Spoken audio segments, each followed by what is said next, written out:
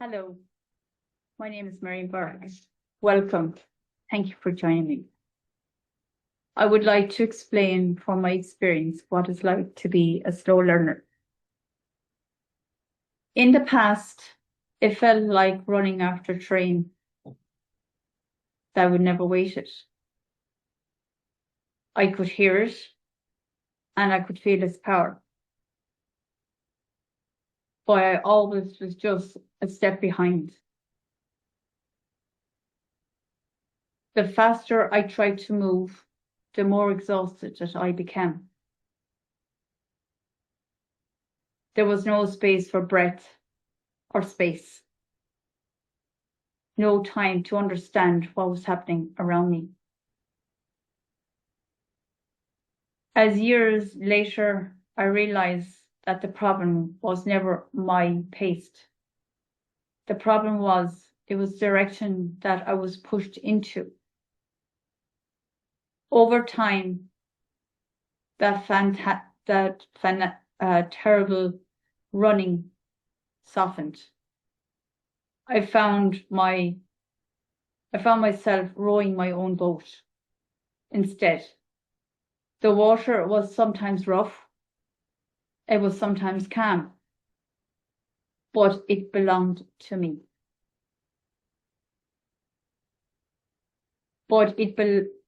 I learned that I could slow down without failing, and I could speed up without fear. For the first time in my life, I had no longer about keeping up with others, but just being true to myself.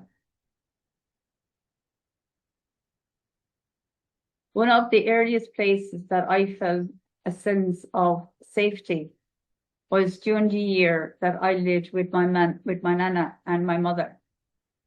The local primary teacher, where basically what I'm saying is the local primary school that I attended.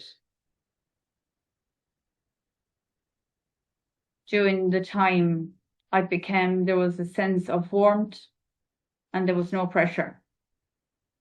The teacher was extraordinary.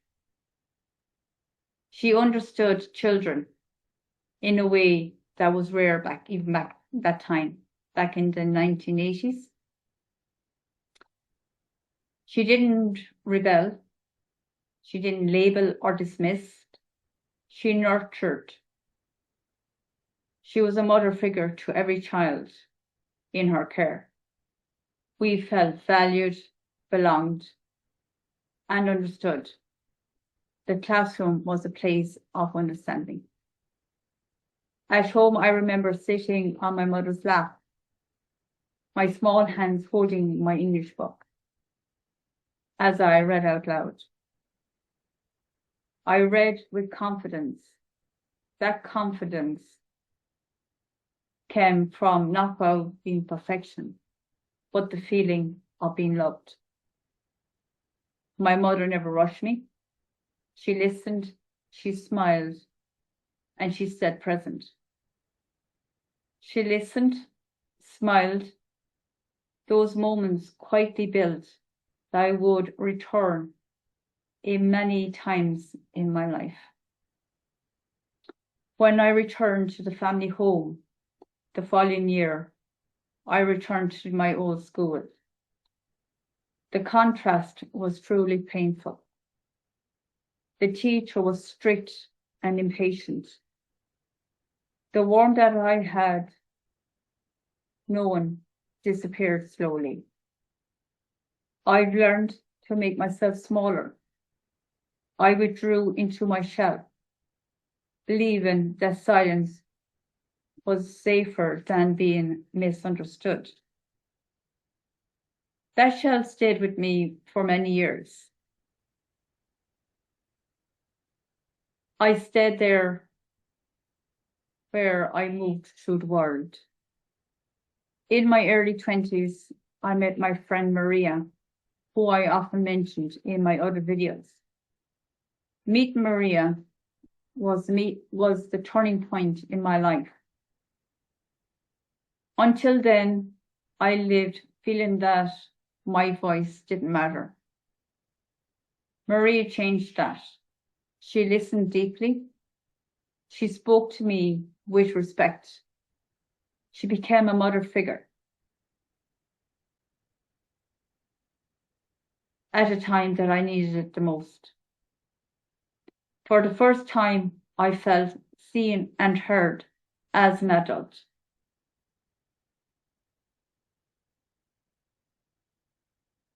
Her belief in me has opened doors that I knew that were never there. She encouraged me to sit my leaving cert. She supported me as I was learning to drive, slowly and steadily. Through her eyes, I began to see myself differently. As I'm writing my book and creating my videos, as I advocate for children and adults just like me, I discovered that storytelling is not an expression, it's a restoration. Every moment, every memory that I revisit helped me to reclaim parts of me that I had long hidden and stored and shared. Sharing my experiences with parents, teachers, and the wider community has given me meaning to my struggles of my past, a source of pain, became a connection and a healing. I often thought about my nephew, who was 3 years old. I want to be a true role model and show him patience, courage, passion.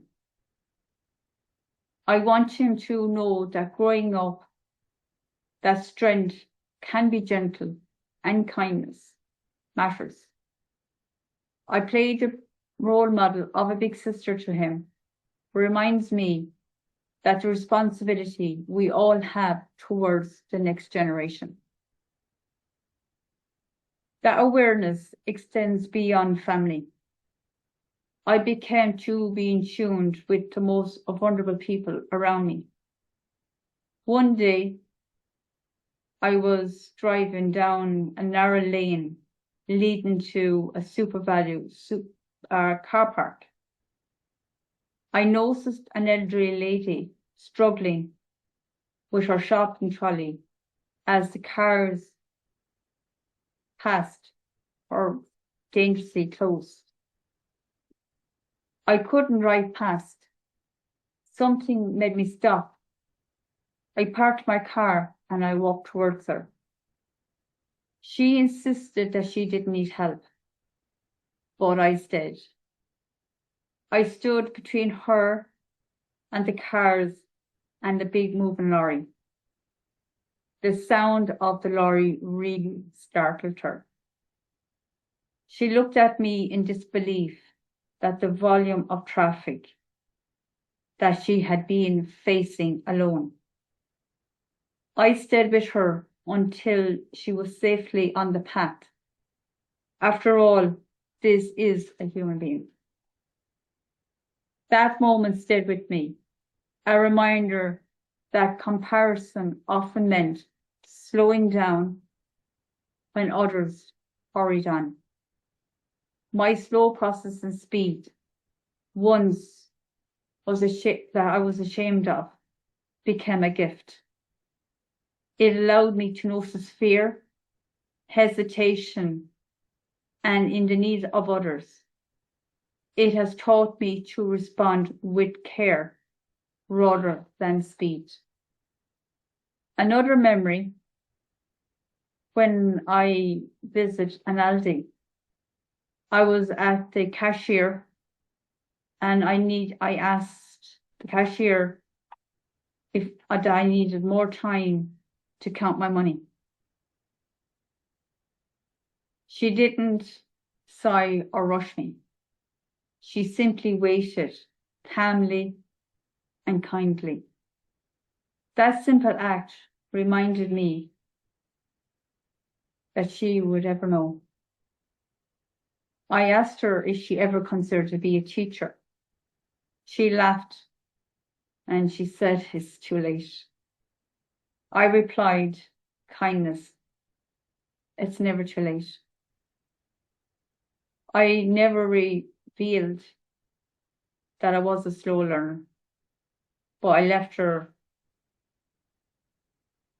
knowing that kindness can reveal kindness is a true gift. In my working life, I witnessed a genuine humanity. I saw a work colleague show deep compassion to an adult with additional needs. I had to remain professional. My face was covered with a mask. I felt a lump in my throat.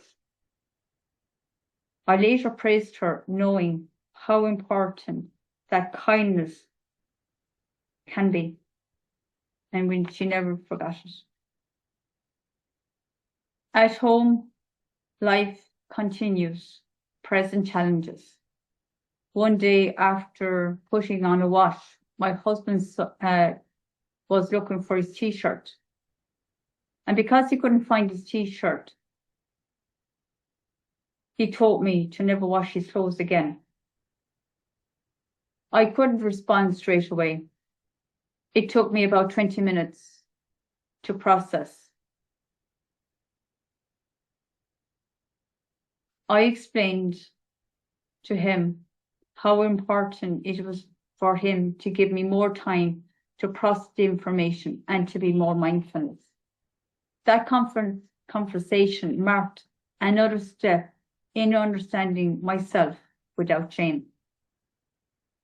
I accept that there are areas that I will always need support. For example, reading out forms, reading business letters, navigate systems that were never designed for people like me. My brother supported me patiently through the process of applying for a healthcare role. With his help to where I would be working in a residential homes for clients with additional needs and in nursing homes as a healthcare assistant.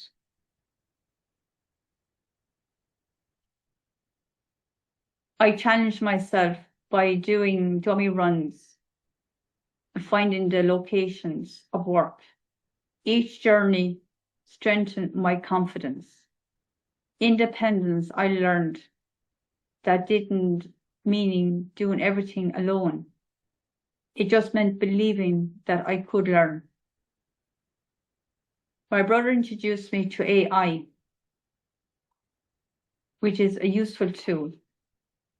It supports my independence and reinforces the idea that learning can adapt, not denied. When I look back in my life, my mother stood center of it all. She fought relentlessly for my education and my dignity. After leaving the special school, she couldn't drive, but yet she walked for miles in all weathers. Her sacrifices were quiet but powerful. Sometimes I'm still too hard on myself because I feel I have to meet a certain standard to make my deceased mother proud of me. Over time, I realized that honoring that this isn't about achievement alone. It's gratitude and compassion and continue her legacy of kindness. She opened doors with love, with great compassion. So thank you.